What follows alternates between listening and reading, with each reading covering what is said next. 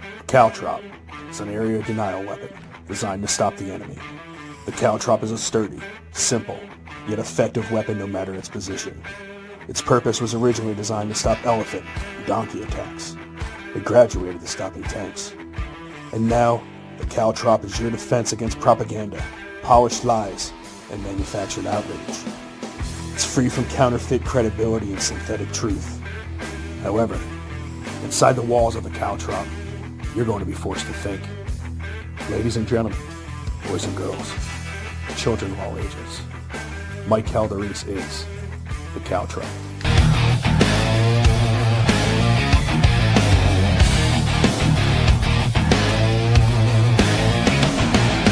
Coming down the mountain from the heaven to the hell, the Mike Calderese, the caltrop, he never stops, so ring the bell. He bring the facts, he spin up every morning till we sleep. He get it deep, Mike Calderese, in your head and in your sheets. And we don't mind, and we don't care, Mike Calderese is the caltrop. And we don't mind, and we don't care, Mike Calderese is the caltrop. And we don't mind, and we don't care, Mike Calderese is the caltrop. What's up, everybody, on this fantastic Monday morning, December 29th? I think the next time I see you guys is really going to be on New Year's Day. I don't think we're going to be doing a show on Wednesday, but I will be doing a show on Friday. So this is going to be the last show of the new year. We had such a phenomenal year, and I finished up with, I don't have a planned out monologue tonight, and there's a reason for it. Was talking with a guy named Mike Crispy, and he's trying to do things in a New Jersey GOP, okay? And the New Jersey GOP is shocked and appalled, and everybody's blindsided. They got the doors blown off them in New Jersey. And what they're trying to do is they're trying to elect people to run the GOP, and they had 3 candidates that were up on stage. There were supposed to be 4 candidates there, but one didn't show up. Shows you how much that person gives a shit about what they're doing, right? But when I hear the 3 candidates talking, I think every one of the candidates grasp a little bit of a piece on why the GOP loses. I don't think they grasp the total picture. There was one dude there that everybody was attacking with. I posted the link to this thing on my page. If you're interested in New Jersey, in the GOP and how it works, go check it out. But I can tell you, just from my observations, I think you have power factions in these parties, from what I could tell.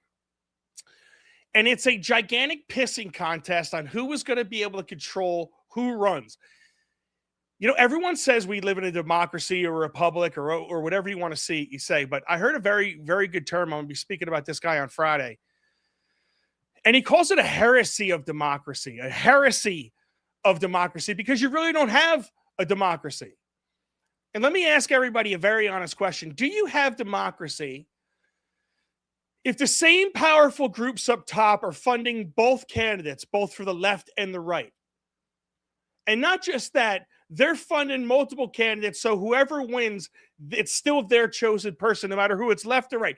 So then you're always stuck with the lesser of 2 evils. Do you have democracy there, real democracy, or a republic if it's controlled? If there's no real candidates out there that are looking out for your interest? Now take that a step further. You look what happens, in New Jersey politics. You have a situation where the commissioners and these guys in these powerful positions used to be able to arrange the ballot in a way to where it was favorable for a certain candidate.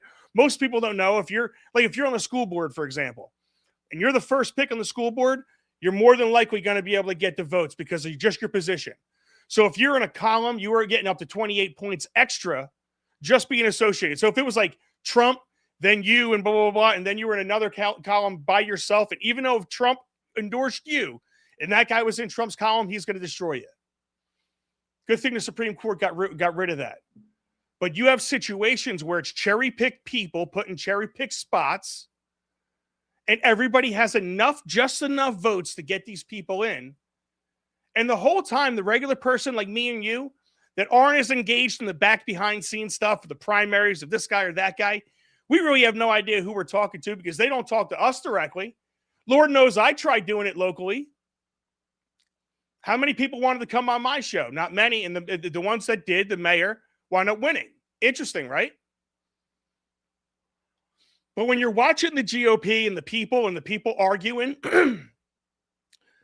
and how they were going after one of the candidates that were up on that stage way more than the other two candidates, and you could definitely tell. And this guy was firing back. He happened to be the one that I liked, and I liked all of them, for being honest, parts of them. But you saw what's going on. You could feel the tension in the GOP room. You could feel it.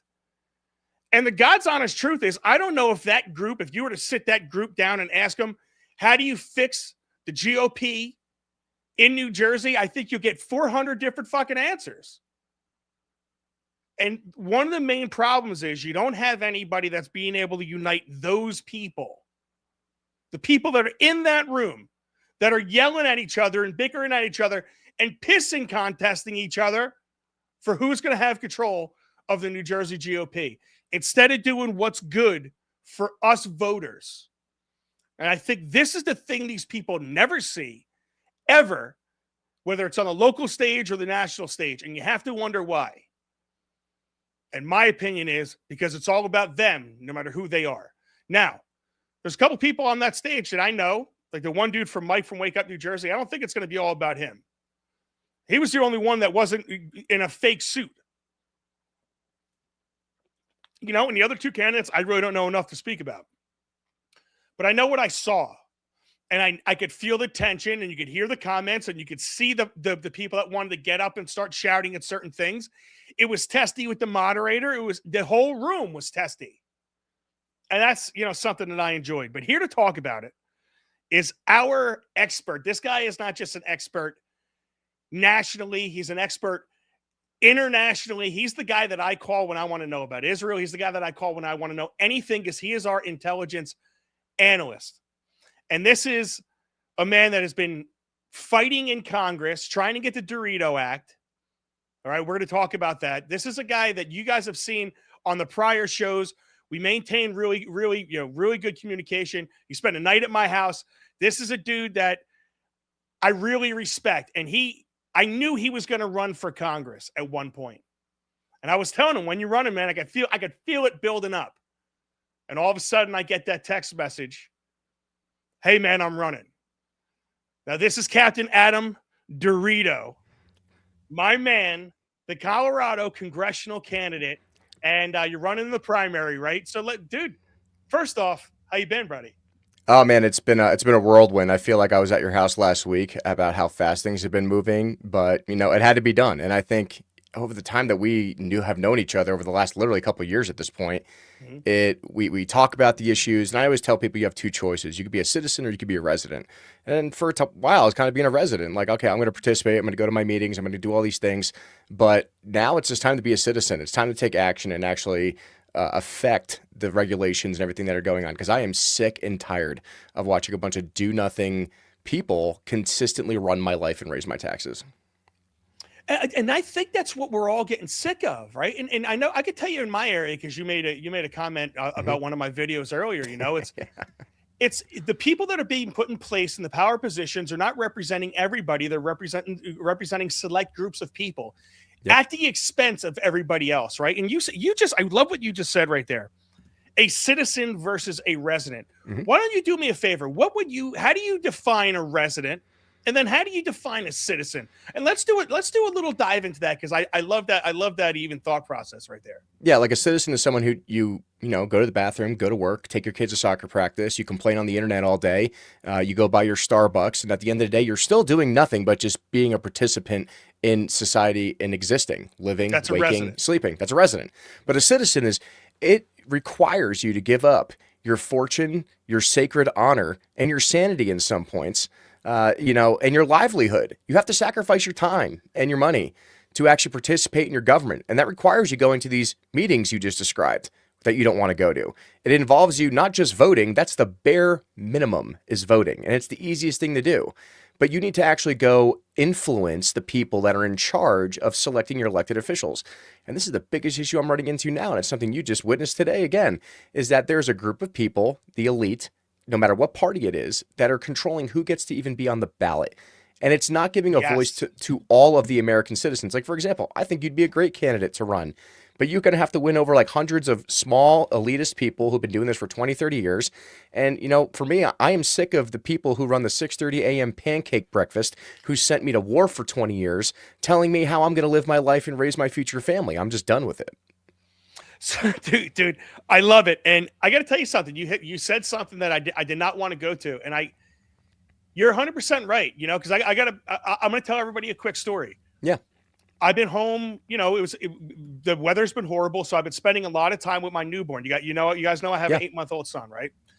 And it used to be, I couldn't put him to sleep. I couldn't do these type of things with him. Like, you know, he would spend time with me and then he wanted mom. He would spend time with me and then he wanted mom. The last 2 days I was able to put him to sleep. And now my wife can't put him to sleep by not nursing him. He usually nurses himself to sleep, treats my wife like a pacifier.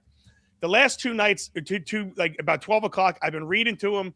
He's been falling asleep on me. It's been amazing. So today I was working. I was gone all day. And my wife said he was fussy. He was fussy. He was fussy. He wasn't. And I heard him crying the whole way home when I was driving home. So then all of a sudden I walk in the door. He sees me. He crawls up to me, stops crying, crawls up to me. And I'm holding him, blah, blah, blah. And then like I just got in the door. So I'm holding him. I go to give him back to my wife. I wanted to heat up some stuffed shells. And I hand it back to my wife and he starts crying. So that is the first time my son's ever asked for me and didn't want to spend the time with my wife. So I was like, okay, so now I'm trying to heat up stuffed shells. I'm trying to get it right. And I'm holding him, blah, blah, blah. And I had to put him down at some point to go to that meeting. And no, you think I wanted to leave? No. But the bottom line is things like that are going to be ruling my life. Those people, whether I want to admit it or not, are going to have a very powerful position in New Jersey politics. Yes. I want to see who the hell they are. I want to know who are we picking right here? And if we don't know that, then we don't go on to not know the candidates. It's absolutely insane, bro. You said freedom isn't free. I fully agree with you right there. It's not. And this is the issue, is that I've been telling people for this for a while, is that, and then when you do get involved, they're going to come after you. Like, I have been involved heavily locally for like the last, I don't know, 2.5, 3 years. I've been doing the federal stuff for 15 years. Like, I won my case fighting the government of retaliation. You know, people still try to bring that up as like a cause for issue. But at the end of the day, it's the local people that are actually more incestuous than anything I've ever dealt with. They do not like the fact that I'm running for office. They do not like the fact that I'm the guy that came out of nowhere and started showing up to meetings. Who are you? Dude, I've lived out here since I was 18 years old. My entire adult life, I've just been quietly sitting on the sidelines, going to work, doing nothing, and that's my fault. You know, but then you realize the people that are in charge of everything are ruining my future way of life here, you know? And when people start asking questions like, why are my taxes going up? And why is this policy getting passed? And why are you going against the Trump administration's initiatives in this state that are supposed to save our energy jobs, that are supposed to protect children from transgender surgeries? And you claim to be a Republican and you can't even do the base level things. So don't get upset when people like me say, it's time for you to be replaced. It's time to relieve you of command. Yeah. So what made you want to do it here, bro? Because I know the last time I spoke to you, said unequivocally, man, like I don't want to do this shit. I do not want to be involved with these people. It's a disgusting. I mean, we've had these conversations, you know, and like I said, I smelt it coming. I don't know why Calstradamus has these feelings, these itches, you know, that something's going to happen. But you were like very hesitant. What gave you the kick? What pushed you over the edge to say, fuck it, that's it, I got to become a citizen, I got to stop being a resident? What made you do it? And to be fair, my statement about that still stands. DC is disgusting. It is worse than a swamp. It's a radioactive swamp in Fukushima. You know, like, it's not good over there. And what happened is I went back to DC 4 times over the summer. I was very, very busy this summer with the lobbying efforts to get this Derito Act passed into the National Defense Authorization Act. And then I started seeing actors from the state of Colorado, state senators, former governors. They had me ousted out of the American Veterans First Association that I worked with very closely with the Trump administration, right? Because they were calling saying, this guy's coming in here and causing problems in Colorado. Now, to be fair, it's how DC works. When people in DC get phone calls about people from so-called former elected officials, they don't do their due diligence. It's just how it is. Like, you know what I mean? It's how the Trump administration works. So, I mean, to be fair, they did it right before our largest fundraiser of the year. So there was no money involved. And then the organization ended up collapsing after that. Oh, well. So I kind of got out at the perfect time anyway. But then I realized, why are these people working so hard to remove me from my veteran activist position? This has nothing to do with the state of Colorado. Like, after the state reorg meeting, I just kind of lost hope. And I was just like, I'm just going to focus on my veteran issues like I always have. But when they're going after somebody specifically who's just trying to help veterans because our state representatives and congressional members won't do it, there's something wrong there. And then additionally was the guy that is my current representative, who is the guy I'm running against as the incumbent. He was one of my fellow National Guard helicopter pilots. I supported the guy through his election. You know, I helped the guy. You know, I helped him get fundraising. He used to text me all the time, like, hey, help me help you. Help me go after this Democrat. Help me with fundraising. Help me with all this stuff. And I said, yeah, sure, man. You know, the only thing I ask is that you just help support the Derito Act, or you with the rest of the representatives on the Republican side. Just, that's the only thing I ever wanted, was just this bill passed to get this Air Force Academy thing done, buttoned up, so we can keep taking care of the kids down there. And then he ghosted us and did absolutely nothing for us. So you start seeing that, like, he didn't care about me as a constituent. He didn't care about me as an Army officer. He didn't care about those kids that are taking their own lives over this stuff down at the Air Force Academy or Fort Carson. He only cared about getting reelected. And the biggest sign off to me was most recently, he was one of only 4 Republicans in the entire country to vote against the Marjorie Taylor Greene bill, which criminalized the transgender surgeries of children. The most basic conservative values. Look, man, I get it. I'm from New Jersey. Lots of weirdos I grew up with. Like, you know what I mean? Don't touch the kids under the age of 18, man. And if you do touch the kids under the age of 18, you should probably go to jail and be held accountable. And he couldn't even vote yes for that. So if you're claiming to be a Republican and you're a veteran, and you're a former police officer, and you're all about all this stuff, and you're just talking points, but you're not actually doing any of the things you said you were going to be elected to do, then it's time for you to go. And to be fair, I tried to find other people to run. I didn't want to do this. You know, I really didn't. But at the end of the day, people just like, Derito, you're the only one that can handle being destroyed publicly in the news for another 15 years because you've already done it. And, you know, I got a family and kids. You got a dog and a farm. Go for it, you know? So I made the decision, a moral, ethical responsibility that if I don't do this, then who will? And you know what? It's the exact same, the exact same responsibility I felt when I got involved locally, and I realized that, man, we have no real representation here. We have nobody that's telling us what's going on. We have no information.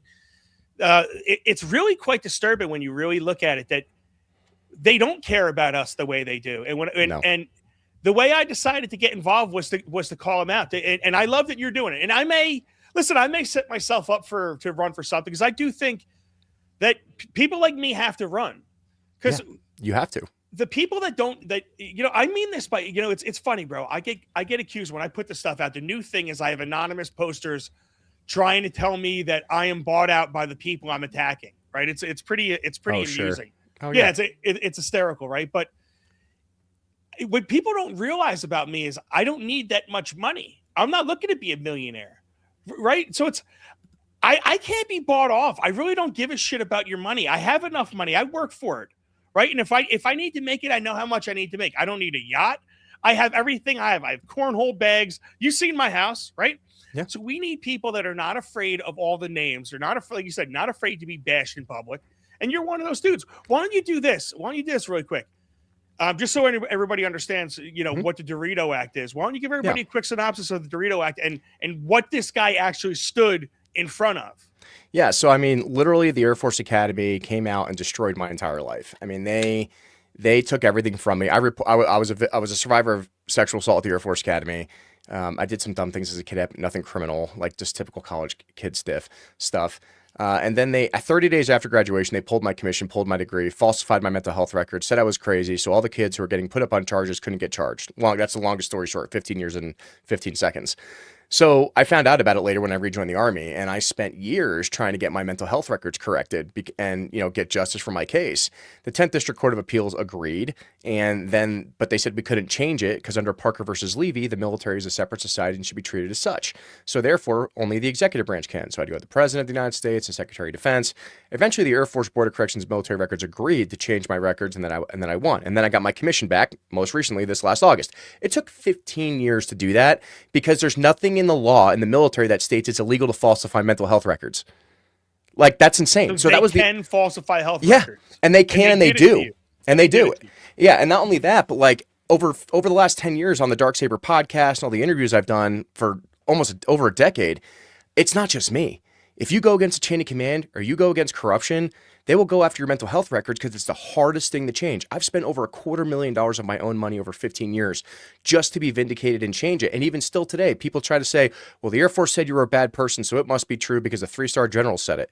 No, just because you serve in the military doesn't make you a good person. And I hate to bust everybody's bubble on that. And that's the biggest problem about the global war on terror is that we put the military on this pedestal that nobody in the military can do no wrong. Well, look at Afghanistan. Look at Iraq. Look at all the wrong things that we did over the years. And people in my generation are sick and tired of it. And these people need to be held accountable. There still has been no accountability for Afghanistan. And that's something that we're striving for, right? So for me, the biggest thing was like, how hard is it just to get one line change in the National Defense Authorization Act or the Derito Act? And we named it the Military Mental Health Justice and Protection Act to make it more, symbolic to that.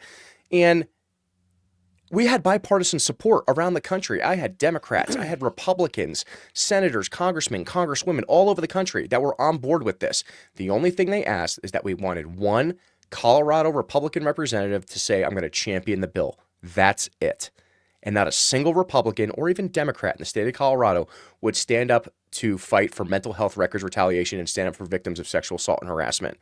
And then you come to find out that they're all bought out. Colorado. It's Colorado. And then you come to find that's what out they're supposed to do is stand up for sexual harassment victims. like literally second largest military operations base almost in the United States, next to like California and Texas. You know what I mean? And Florida. Like it's like, if you can't stand up for service members now, then why would I want to keep Space Force in Colorado? I argued to move Space Force out of Colorado with Tommy Tuberville. I thought it was a great move. Go to where you're going to actually get support from your congressional members. Why are members around the state coming to me for help with their VA stuff because their congressional representatives aren't doing it? So if I'm already doing your job, I might as well just take it and get paid for it at least because I've been doing all this for free for a long freaking time, right? So this is the heartbreaking thing is that if you can't stand up to do the right moral and ethical thing when it comes to veterans, yet you run your entire campaign on supporting the veterans, supporting the farmers, and the oil and gas workers, and then you don't do any of it, and then we lose union jobs, and then we're losing oil and gas jobs, and now our ranchers are losing cattle, and they're getting stolen, and nobody cares. But these are my people. I live with these people every day in these families. Like, this is personal for me. I see our livelihoods getting destroyed and this is under the Trump administration, keep in mind, right? So if you have representatives in the state of Colorado that ran on this pro-Trump agenda and they don't do anything about it and they're only worried about staying in office, then you need to be replaced. And I'm that man. So do you have the same problem that we have? Because you're a liberal ass state over there. Are your Republicans trying to run less Republicans? Because we always get the Republican light. And it's one of the problems with the GOP. They don't really understand this concept that the people that are going to vote for them don't want that horse shit. We don't want the Mitt Romneys. We don't want, the Mavericks of the Senate, none of that bullshit. We actually want Trumps. And you can't duplicate Trump. And everyone either tries to be a cheap, horrible knockoff of him, or they all try to play this. Oh, I'm not, like what Chitterelli did. I'm not really Trump, and I'm kind of Trump, but a little bit Trump. I'm kind of MAGA, sort of MAGA, a little bit MAGA, but I really don't want to be MAGA because I'm trying to appeal to the independent voters. What do you think that? How do you think that plays? Trying to play to the independent voter. Do you think that ever works? No, you have to be literally part of my campaign is being bold, proven, and principled, right? I will be the first one to tell you, I don't agree with everything that Trump says at all. I think his H-1B visa position was not good until he started recently changing that. I think his position on some of the agricultural things was really hurting our farmers. I'm not afraid to say that. But when it came to stopping illegal immigration and human sex trafficking and fentanyl trafficking, yeah, and that's a big issue for my district. We're the Tren de Aragua district. All that stuff that was in the news, that was my district. That was Gabe Evans. And you know what? We still have one of the... Yes, and we still have one of the biggest cartel funneling operations going through Highway 85 and I-25. People are going missing every day. Nobody cares because the state of Colorado passed this ridiculous Senate bill saying that federal law enforcement can't work with local law enforcement. And if you do, you go to jail or whatever, right? So these are some of the things I'm trying to fix and bring in more federal resources and expand those powers because it's America first, man. And I'm at the point where it's almost America only to some extent. Yeah, you want to send billions of dollars overseas? Great, I'm all for it. But how about we pave the roads first? How about we fix our farms? How about we get our kids educated so they're not using a calculator to add 2 + 2? right? Let's put the focus on fixing our district first, and then we can worry about saving the world. And this is one of the hardest lessons I learned in New Jersey, Mike. You can't save everyone. I was a firefighter and EMT in West Milford, and I will tell you, from a very young age, I saw some of those horrific things possible, and realized you can't save everybody. They're going to die, right? And the problem with America is that we have this suicidal empathy that we have to save everybody, do everything for everyone else except our own. And right now we're losing our culture. We're losing our faith-minded communities.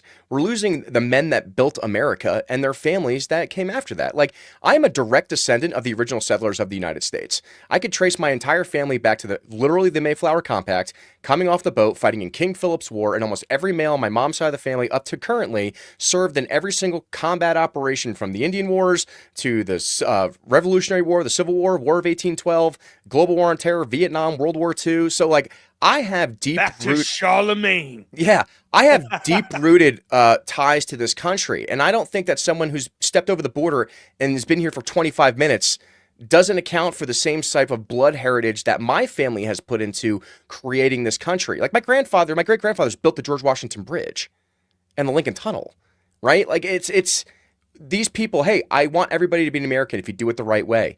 But you shouldn't be able to just step across and gain all the benefits that my family and so many generations of Americans have built this country for. And like, I think I talked to you about this before. I spent a month in the UK and Ireland over the summer. One, I went to go see Oasis. That was awesome. But two, I saw the illegal migrant crisis completely destroying Ireland and the UK and Scotland, and it was scary. It was scary to watch that Westminster Abbey is being overtaken by Muslim immigrants. It was scary to see that the white local business owners that have been in operation for over 100 to 200, even longer than that, because their country's way older than ours, is disappearing for, Muslim halal markets in the middle of London. Like, I don't know what to tell people. It's coming here. It's already here. Look at Minnesota. And just because the problem you want to play Minnesota? Hold on. Yeah. I don't want to cut you off, but let's look at Minnesota, because right now there is a kid doing more work than any news agency on the planet. It's unbelievable how, it shows you how if you just get involved and you ask questions and you put a video out and you start doing what these people are doing, the jobs that the real media are supposed to be doing and supposed to be putting out. It's amazing how a 22 or 23-year-old kid has done more work than any other agency. And the crazy part is, how do they even get away with this? But this is Tim Walz, and I have another video about this. This is what happens when they target communities for their own benefit. This is what happens when they scapegoat. And this is what happens when they no longer hide the idea of white supremacy. So it sounds to me, Nick, that Governor Tim Walz is saying that you and others that are out there trying to expose this, you're doing it because you're white supremacists. What is your response to him? Yeah, Tim wants votes. There are entire apartment complexes where white people have been pushed out of these apartment complexes because Somalians have taken over, and they're inside of these towns like Minneapolis, where they can go get votes from these people. And if you have 100,000 people that will vote for you because you're going to enable and let this stuff happen, and because you're going to call a white person racist for calling out facts, this is what's going to happen to a state like Minnesota. Minnesotans, they say Minnesota nice, but they are very upset. And I totally understand why they're upset, because they don't have a governor who's actually working for them. He's actually working against them. And you're noticing this drum beat everywhere. And, everyone's talking about, here's the crazy part about this. Everyone's talking about Minnesota right now. But we saw this with USAID, all the fake money that was going around. Yeah. If you audit some of the things that are going on in your state, there's got to be a reason why they allowed Trende Agua to do it. There's got to be a reason why they're doing this. If you audit and you really go after some of the scams that are going on in LA or New Jersey, I would love to see if this is going on in Patterson, New Jersey. Absolutely. Honestly, right? Because you know something like this is going on. This is obviously a thing. Hey, open up a daycare, apply for this stuff. Apparently, there's no kids at this place. Who knows? But at the least, it's discrimination, because the one kid was going on, hey, can I get information about sending my kid here? And they were like, absolutely not. Yeah. So at the very minimum, in Colorado, you had a baker not bake a cake for somebody, and that guy was held up in court for how many years? You're telling me that's not discrimination the other way around? Do you sense this? Like, what do you think of that kid? And what is your sense? Because you are pretty close to to that area. What's your sense of this whole thing? So here's the thing. This is the entire America First conservative movement that's coming out of the woodwork right now. We're not just Republicans anymore. We want America back, and we want to be able to afford a house and raise our families. And these people are stealing money from us when we work our butts off over 40 hours a week, working full-time jobs and jobs that we should be paid higher in, but we can't because we're undermined by the illegal immigrant population. And our families grew us here, right? Like, I even went back to my hometown of High Crest Lake, and half of it I don't even recognize anymore when I was home a couple weeks ago, right? To go see my mom. And it's, who is going to stop it except us? These young kids, Generation Z and the younger end of the millennial spectrum, even Gen A, they're done with it. And they're like, if these people aren't going to do their jobs as journalists and bring it to the attention of the federal government, then I'm going to. And all credit to that kid, Nick. Now Kash Patel is magically sending in FBI agents all of a sudden overnight because he created an overnight outrage. So they obviously knew what was going on. I mean, this is the FBI. This isn't like, the Tater Tot consortium at, pre-K pretending to be, cops and robbers here, right? This is the FBI. These agencies know what's going on. And this is like the biggest thing, like with the Derito Act and everything else. Nobody will care unless you bring it directly to people's attention and make it a problem that's going to affect their reelection. If you do not do that, nobody cares. Everyone should be against rape in the military and retaliation from commanders. Nobody cared until I started getting on the news and getting people's faces. And even now it's still hard to push because I'm just a normal straight white guy, right? Nobody cared about the Somalian immigrant population in Minnesota that's been growing over 10 years until they realized they can't spell learning, which is hilarious because it's a Zoolander reference. I think I have that one. You know what I mean? This is the place for kids who can't read good. And now they're like, now they're missing $18 billion. Well, anyone who's been in the United States Army for more than 5 seconds who's been deployed to the Middle East could have told you that 20 years ago, right? Like, hey, this is what they do in this country. Have you seen Black Hawk Down? Nothing has changed. And when the entire GDP of Somalia is like $12 billion a year, and they're stealing $18 billion a year from Americans, and now we want to wake up. And keep in mind, that's one state, one city, Mike. That's not the rest of the country. This is going on everywhere. So let me ask you this really fast. Because let's listen to this lady. I want everybody to listen to this lady, then I'm going to ask you the question. Here at Future Leaders Early Learning Center, this building received over $3 million. Hello, how are you? I would like to see if I could bring little Joey, my son little Joey here. Is there paperwork or can I check out the daycare? No? Why can't I check out the daycare? It's not here. Okay, but if can I get paperwork or anything to submit my son, little Joey, to come in here to daycare? We'd really like to put Joey in this daycare. We've heard great things. Business card? No, I would like your business. So they're all scam artists. They're all like this overseas. But And except anyone who's been in the Middle East understands this. Oh, you do? Because tell me like how this. people that are supposedly inbred, that do not seem very smart, that can't speak the English, know all the ins and outs of completely defrauding our government.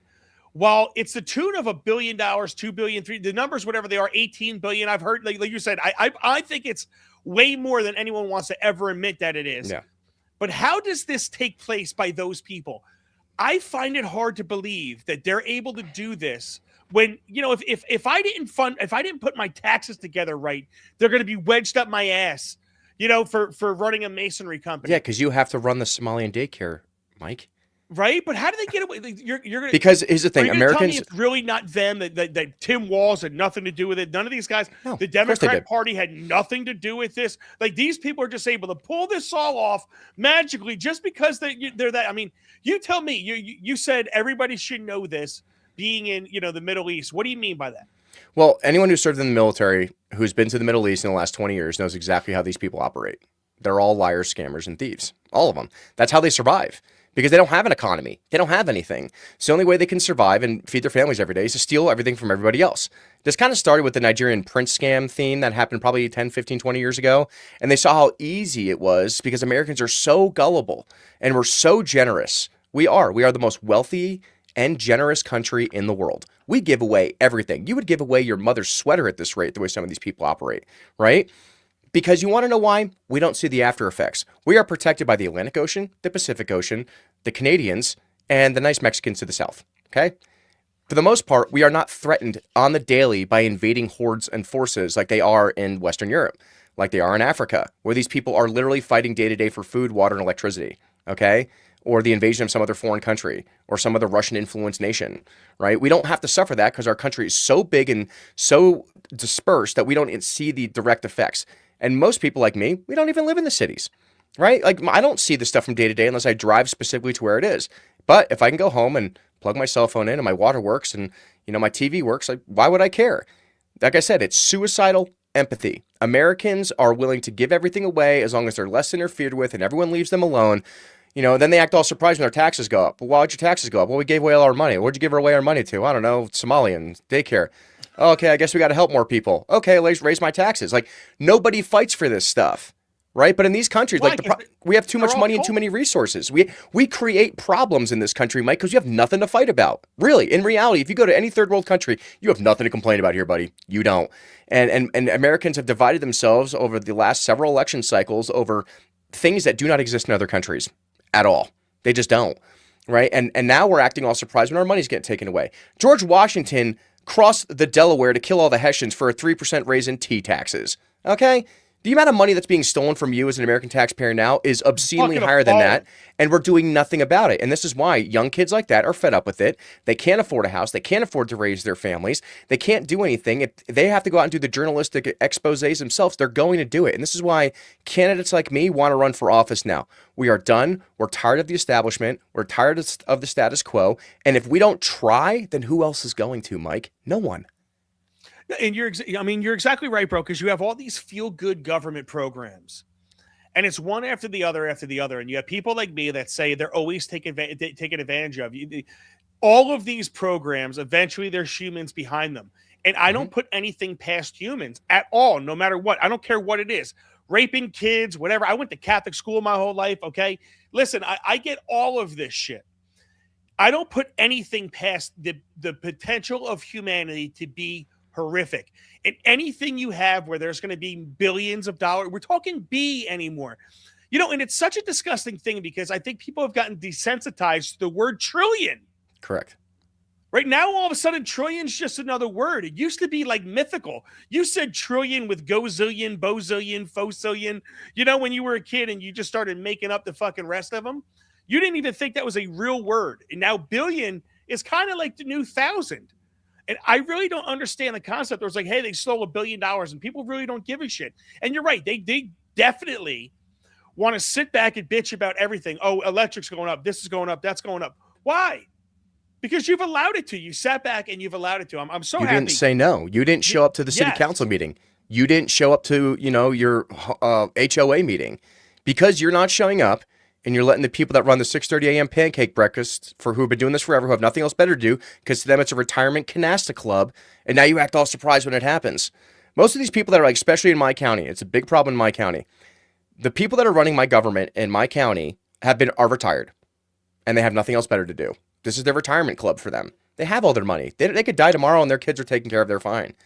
But people like me, our generation is suffering, and now they're mad that we want to take that away from them because we're done with it. And it needs to be done. So what is your overall platform? Like if someone from Colorado was to look at you and say, why the hell? And now my buddy's from Colorado. I don't know how Colorado breaks down as far as politically. He's from the Breckenridge region, right? Yeah. He says it's very liberal out in Breckenridge. Like yes, very, that's accurate. So what's the makeup of Colorado? What's your message to the people that are going to be voting for you? You know what I'm saying? Yeah. What are you running on? And I got to be honest with you. I'm going to tell you one more thing, and I'd like your thoughts on it in your message. Mm-hmm. You said America first a lot of time. I'm getting to the point where I want America only.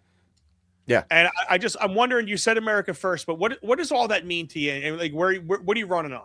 Well, as somebody who's in the military, and before I hit my 5 points, it is important to support our allies in certain things. Like interoperations need to exist for international security and trade. Okay, that's a much bigger idea. But we shouldn't be just giving our money away to everybody and everything all the time, right? $50 million for condoms in Gaza, right? Like that kind of thing. Shouldn't be doing that, which is NGOs and CIA operations, but whatever.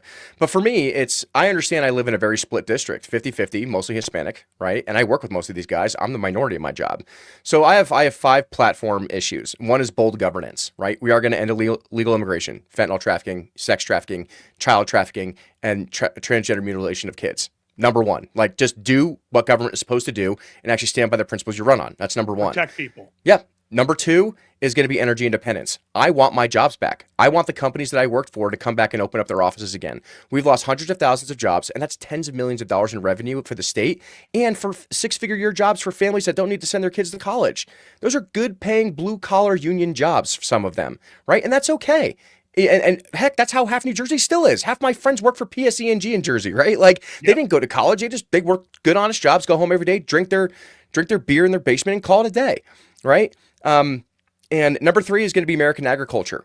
Big issue in my district as well. We are a national food security area for cattle and beef production and poultry and everything else. We want to pass the MCOOL Act, mandatory country origin of labeling, so foreign beef and foreign entities can't keep underselling American ranchers, and the Prime Act, which allows for intrastate sale of slaughter, so we don't have to mandate everything go to one USDA-controlled facility and everything pricing out that is based upon what the government says. No, if I want to sell to my neighbor, I should be able to sell to my neighbor. If I'm a private rancher, I should be able to sell privately to my fellow American citizens because it's healthier, it's farm-raised, it's pasture-raised, and it's American-made, right? Number four is going to be veterans. I wanted that to be number one, but I can't be biased. There's only 35,000 of us in my district, but veterans are not getting taken care of, especially guys like me.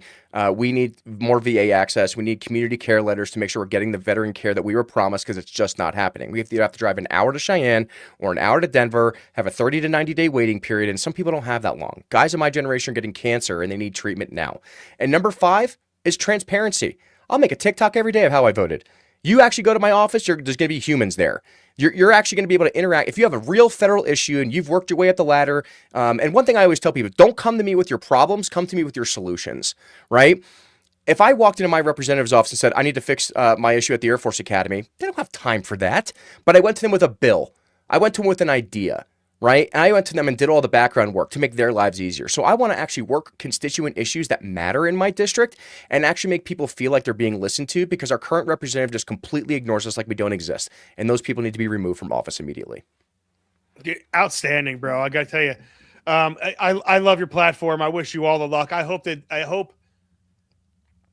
the voters of Colorado could realize what I know about you. And I hope they, I hope they, how do I say this nice? I want to quote Tropic Thunder. Like, I hope they don't go full retard. You never go full retard. But I know you're running for Congress. So I said that, not you, Adam, listen, congressional candidate Adam Derito does not approve anything that Mike Calderese on the Caltrop says. There's the disclaimer, and not anything, but specifically that what I just said. Let's do this. Okay. Let me take you around the world really quick. Sure. Because I know I got 18 minutes with you. So let's hit a couple of these things. First things first, Trump the way they sold this was we have struck our first land target in Venezuela. Can you say anything more about the explosion in Venezuela that you mentioned in the radio interview? Did the military do that? Can you share more details about Well, it doesn't matter, but there was a major explosion in the dock area where they load the boats up with drugs. They load the boats up with drugs, so we hit all the boats, and now we hit the area. It's the implementation area. That's where they implement, and that is no longer around.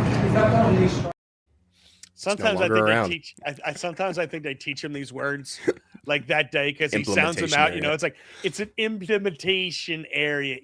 Like where he was practicing saying it in the background. I love it. What's your thoughts on it? Yeah, I mean, here's the thing. I'm not for foreign country intervention, especially to the extent of the Middle East, but this is something that's directly in our area of responsibility for the United States, and it will kill Americans. People don't want to admit it, right? But do you want to run another 1980s drug war and have another series of Narcos on Netflix and repeat what we did with Pablo Escobar? Or do you just want to hit him in the ocean and stop it before it even gets here? Right? And this is something people don't understand. Is like I said, I'm not for the invasion of any other foreign country. I'm kind of done with that kind of stuff. But it sends a message to these people to stop doing what you're doing. Right. And if it's going to save American lives, that is literally the job of the U.S. military, is to kill people and break things. I'm sorry, but war's not fair. People want to say, oh, it's an illegal action. It's all these other things. You probably need to learn LOAC. You probably need to actually go read the UCMJ and understand what targeting procedures are and the kill chain are. As someone who worked in intelligence, I understand these things. But if this is going to send a message to Venezuela and force them to down to what we want them to be doing to stop these things, great. But it's much better than watching all the fentanyl addicts in Denver flop over and be shoveled up on the streets every day by, the DPW. So. Yeah, no bullshit. Listen, I have no problem with these strikes. I'm going to be honest. I had more of a problem with the strike in Nigeria than I do with these guys. Any thoughts? Any quick thoughts on that? What's your thoughts about striking Christians in the name of Jesus? Yeah, I mean, for me, obviously, I'm Catholic, so I'm a little biased. I mean, what they're doing to the Catholic communities overseas is absolutely horrific, and it needs to be stopped. But that's a little bit more of religious ideology, and I can't be biased in my opinions. But it is legitimate Al-Shabaab terrorist targets. But is it going to save all the Catholics and Christians there? No, because no one's going in on the ground to actually save these people and reestablish a country, which I am fully against in Africa because it'll never happen. If you don't believe me, look what happened to Rhodesia. What I mean? It's Africa's a lost cause, right? At this point, that's what Blood Diamond, Leonardo DiCaprio, great quotes. God left this continent a long time ago, right? We can't fix countries, we can't instill democracies. If we save some lives and don't motivate people to behead Catholics who are just practicing religion, I'm all for it. But I think the drug boat strikes are much more justified than foreign intervention in that. Yeah, 100% agree with you. Back to that video we were just talking about. Trump with Netanyahu, they asked a question on why they were they happy with how Israel was kind of slow walking the second stage of this whole thing. Trump answered them, "No, I'm not unhappy with anything Israel's doing. He's unhappy with everybody else." Where do you see that, I guess, Israeli-Palestine peace plan? Do you think Hamas is going to obey the plan as it's written? The way I saw it, I don't think so. No, I don't think so either. I think we're just going to see a repeat. Probably give another 5 to 10 years. We'll see another repeat of this cycle. It's the history of the Middle East. It's how it is. They kill each other. They have a period of peace. Some good things happen. Then it all starts over again. That's just how these people are. Who's taking over Gaza, though?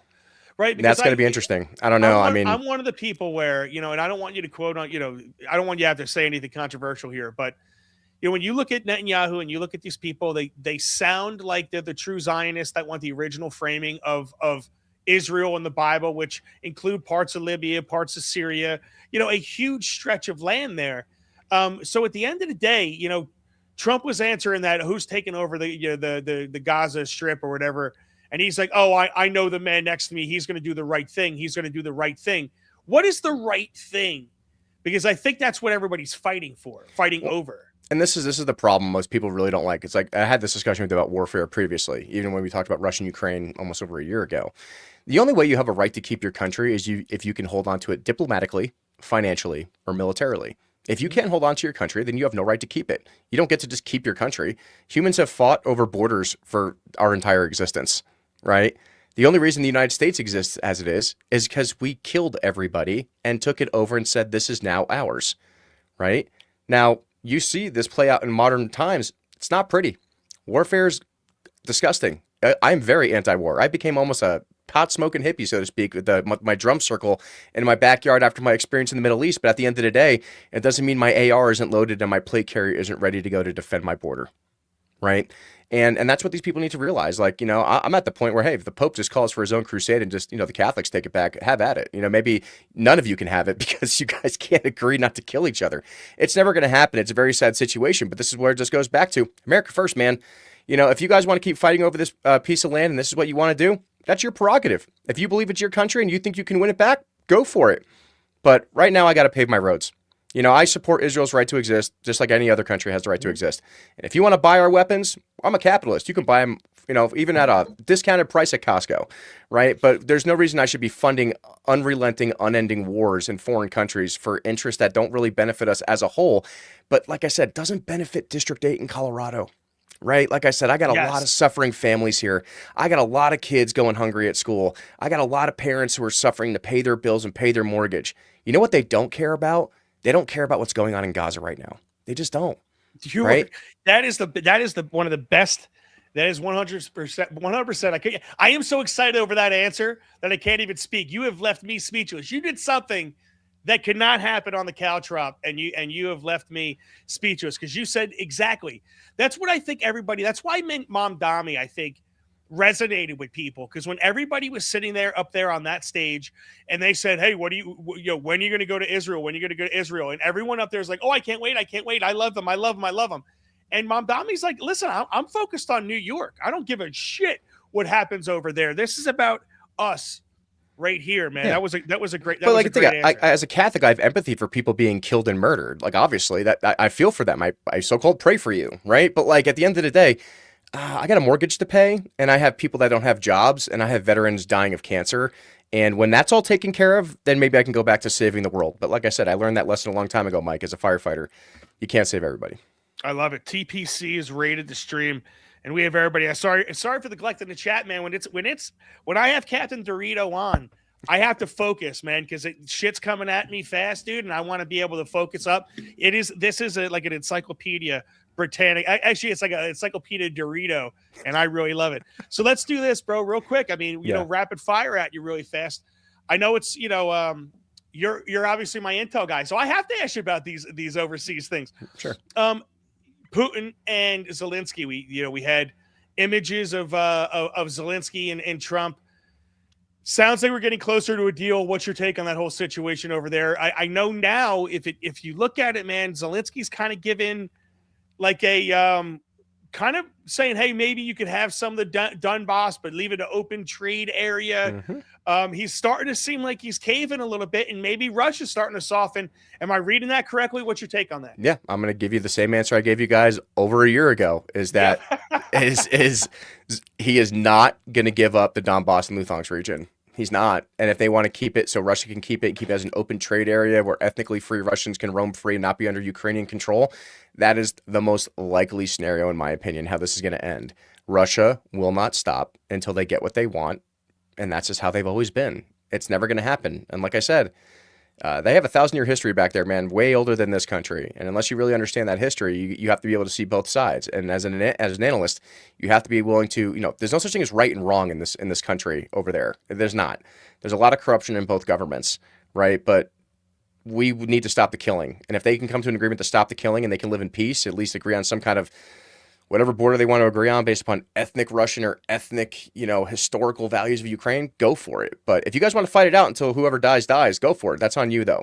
That's on you. I don't condone that. But like I said, I got my own issues in District 8 to worry about. Well, what's interesting is I was telling my son this. We're talking, the people that are existing in Russia now came from the generation where they had like 100 people in a line, and then 10 people behind them, and they only had we only had 100 guns. Enemy at the gates, 1,000 people. This is literally the movie Enemy at the Gates, the opening scene. So when people were dying, you had to pick up that gun and his ammo and then start firing. And all of the people that lived through that went on and had kids. So the craziest ones out of all of them went over and had kids.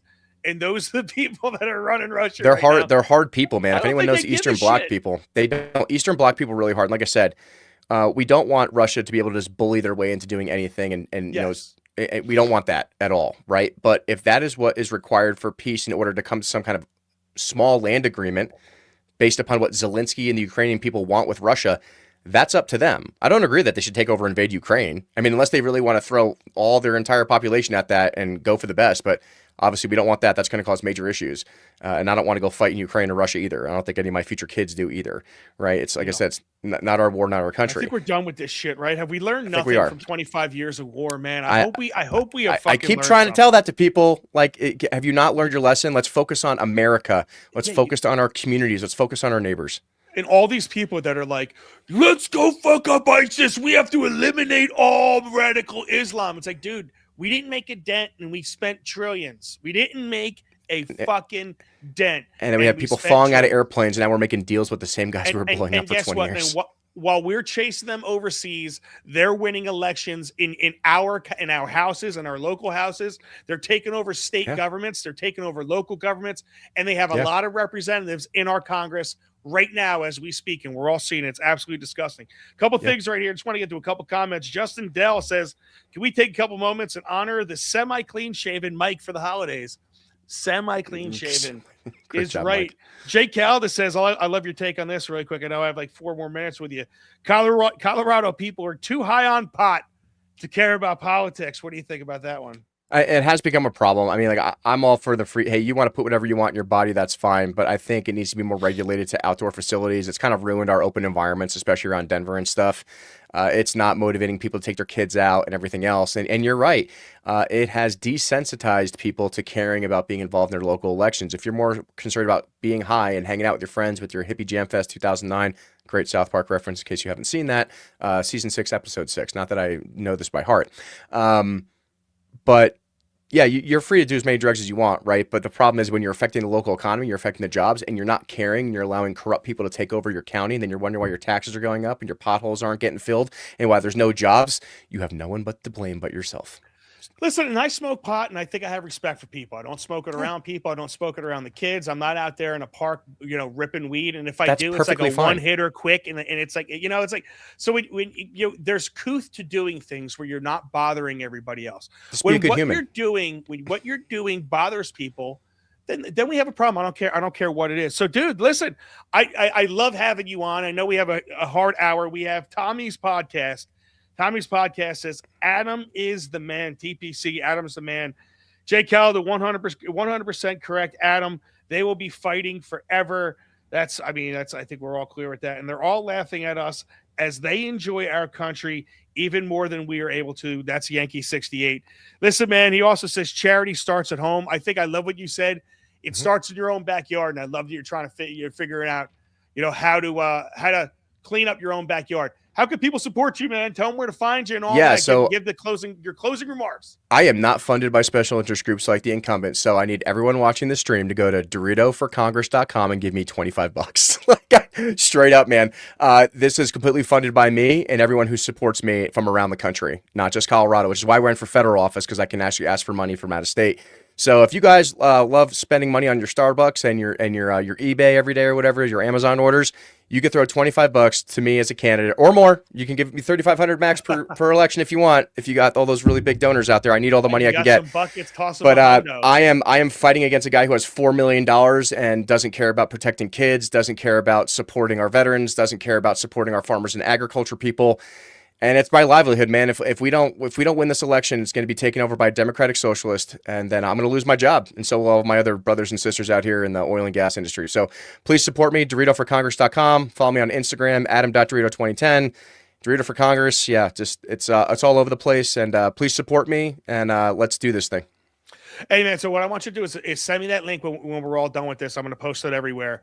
And listen, guys, you have somebody that's like us, all right? You have everybody that's been watching this, everybody that's been here, and I know we have a lot of new listeners that are going to be watching this as well that have not seen you for as long as you have. You were the exact same person every time I met you. When I met you in my house, you were the same person that I saw and we spoke to here. You know what I'm saying? And I love it. And we call ourselves caltrops. The show's called the Caltrop, and you know what a caltrop is. It's an area defense weapon. And one of the things I love about you is you have always been your own area defense weapon. You've always armed yourself with information. You've always armed yourself with fact, and you've always armed yourself with the fact that you're not going to tolerate bullshit. And I think that's the first thing. If everybody, DeritoForCongress.com, help this guy out. Let's get him elected. The only way that we can ever fight these machines is by getting people like Adam in office. I mean that, guys. Listen, really appreciate you coming on the show. I know we're right up against it. I wish you luck. And listen, man, every time you seem like you make an announcement every time you're on a show. You're either jumping out of a plane or going to fight like World War II reenactments and shit. I'm doing it again this year too. I'm going out to Normandy again this year, so it's gonna be awesome. So. Dude, I love it, man. So hey, thank you very much. I really appreciate you being with us. And everybody, I really appreciate you. Finger the fuck out of this like button. The Caltrop is